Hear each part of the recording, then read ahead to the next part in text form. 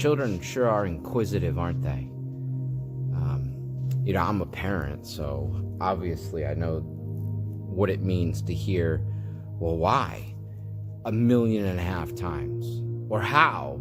How can be a very interesting one when you're talking about adding siblings to the world. I mean, come on. I've got 4 kids, and it has provided to me some very interesting conversations when they say, well, how, Dad? Well, how? And it's definitely been responded to with some very interesting answers on my part as I'm trying to navigate awkward things and some interesting answers as they try to explain things. Anyway, just such an inquisitiveness. Now, it could be so irritating as a parent. I remember as a kid wanting to know and understand things. And I would just ask and ask and ask and ask, regardless of how annoying I thought I was going to be. And as a parent, you can be frustrated, okay, here we go again. My kid's going to ask why 1 million times, and you get to that point well, why, Dad? Because I said so.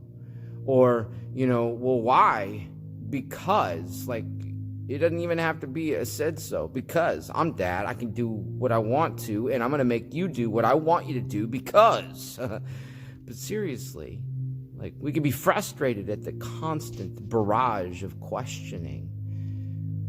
Because our children just want to know answers. We just want to know answers. The truth is that we have all of those moments in our lives where we're asking questions like, Jesus. Jesus how? Jesus what?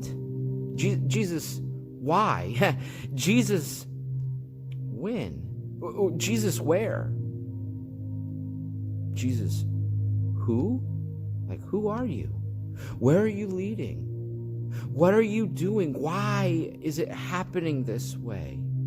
I mean, all these different questions just pop into our minds as we look at the different experiences that we have in life, and it can be so very overwhelming. But the beautiful thing is that it doesn't matter how many times you ask those questions and how frustrating we fear we are going to be. He is tireless in his explanations to us.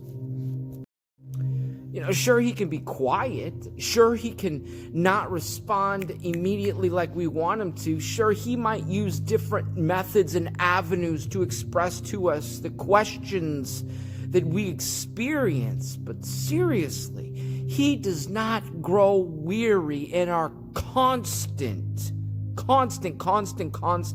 Like a child who says why 1 million times within a day, and a parent who grows weary and exhausted would just immediately begin to respond with the same word answer or not respond at all because they're exhausted. God does not get exhausted. Our Father in heaven is willing to embrace our every question and answer them equally loving. And I tell you guys right now, I've got a few whys. I've got a few how, Lord. I got a few when or where. What? I've got more than a few. I've got some of those that have been asking for a long time.